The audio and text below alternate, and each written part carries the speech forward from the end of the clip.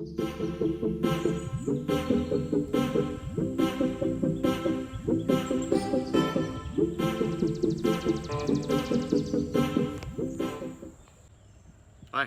welcome back y'all. It's Freia Farm.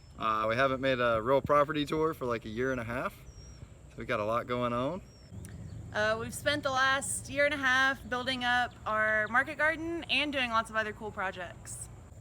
All right y'all, so this is like, I don't know, maybe our 20th delivery of wood chips that we've gotten here.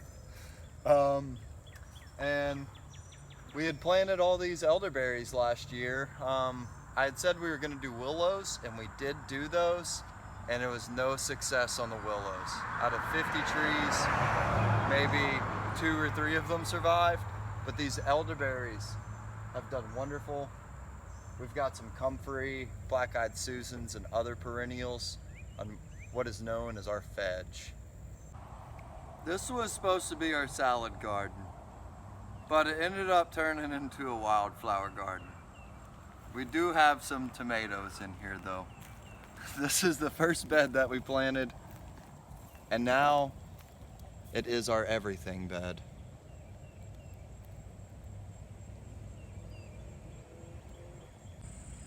We have a sign now. And a van. All right, so now we're here at our market garden that we have almost completed. There's actually still a section that we'll be building up in the next year. But we have been growing food all spring and summer long, and we've decided to grow kind of quick growing baby greens, baby roots, and lots of flowers and other tasty stuff like cucumbers and tomatoes and some perennial things like sunchokes. And we've been selling our veggies to direct to consumer in the form of a salad sack, where once a week our customers get just a variety of what's the most fresh and available. We're keeping it as accessible as we can, $20 for a nice big loaded sack of veggies, free delivery to East Nashville and some surrounding neighborhoods. And we're always open for a tour if you want to swing by and pick up your sack here and take a look at the gardens.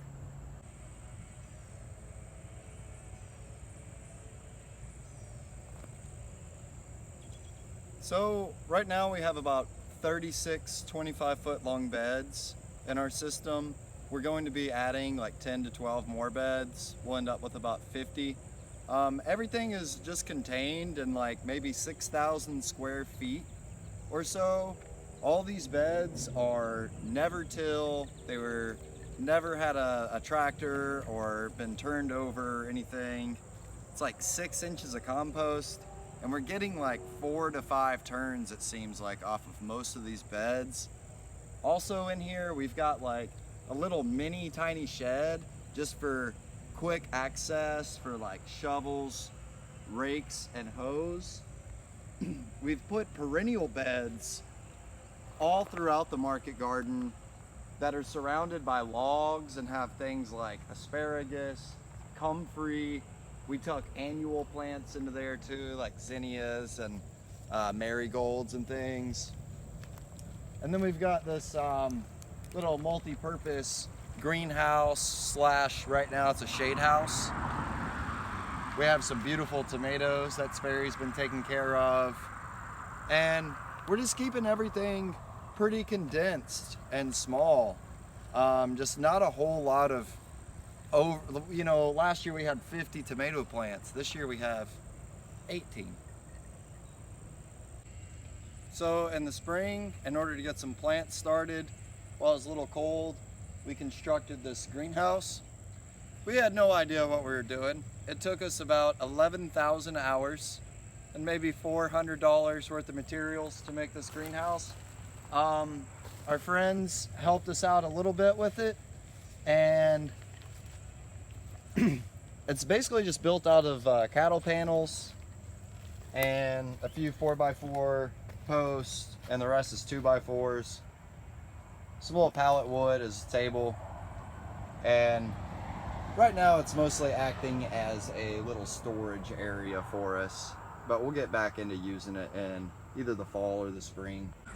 So these are the last of our beds. For this one, we decided to do it a little bit different. Instead of just tarping it and then sheet mulching it, instead we decided to do a cover crop. And this has got some daikon radish and some red clover, but I ended up having to mow it since there's so much grass. So we'll see how it turns out. It's gonna be like 10 to 12 more beds, and that'll finalize us at like 51 market garden beds for our garden. You can also see this deer fence, which we've had a lot of deer pressure here recently, and not much luck with this deer fence either. Got a new puppy too. This is Kiwi. We should have named her Cutie. Alright, so this is the area behind the pines. And when we first moved in, it had recently just kind of been cleared. A bunch of raw dirt and privet stumps. Dakota has spent most of the winter really keeping this place up and carving out some little pockets of different plant life and different projects. One of which is this fallen tree that we've built a bridge over. That we've also built a micro pond with some transplanted plants all around it. Unfortunately, it's covered in stilt grass at the moment. Behind us here is also another path, so that makes two paths down to the pond, and behind this path is a wildflower patch that the deers love.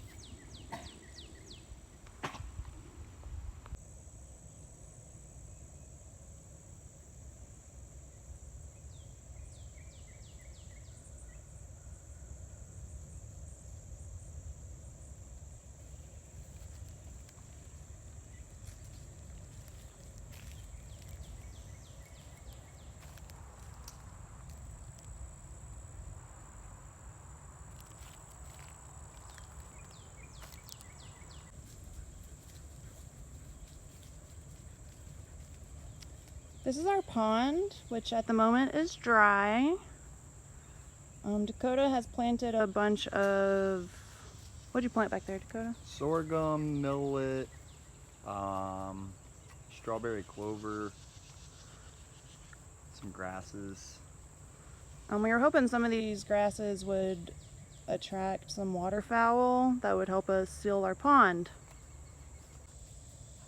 No geese yet. No geese yet, but we do have this very large doghouse that we hope to one day convert into a little duck hut, perhaps with the use of some electric fencing to help protect them from coyotes. And the hut looks directly over what is the pond.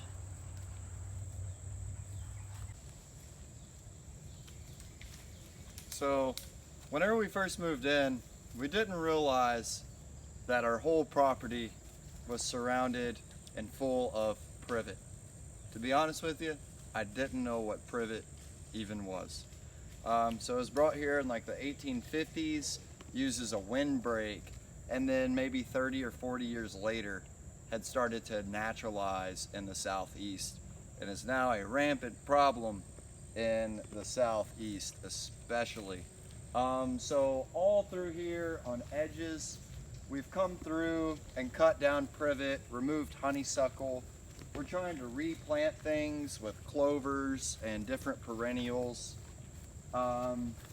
We really want to focus on things like black locust trees and grapevines that are already here.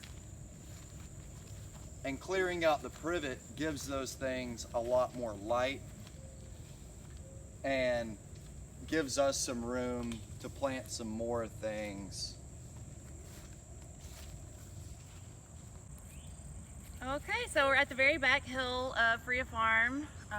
It's the back of the 2 acres. And last fall, I found a really great deal on apple trees. So I loaded up my tiny Subaru with as many as I could fit.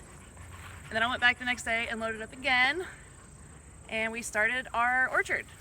We've got apple trees planted along a contour. And this area has been maintained by Dakota. It was once just a bunch of bramble and privet, and it's still a bunch of bramble and privet, but we have a lot of spaces that are carved out, such as our apple trees here. We had a really nice wildflower patch. It looks like it's about done. We've planted many other trees. And the most important part.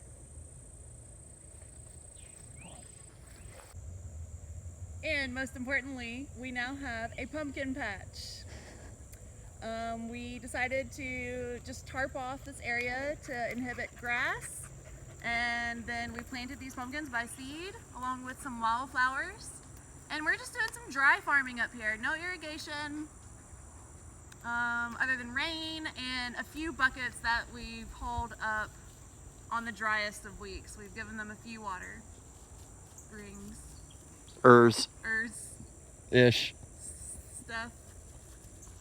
Hey y'all, thanks for watching our 1.5-year property tour at Freia Farm. Check back next year and maybe we'll make another video. Maybe. Y'all, go get growing. Let's get growing.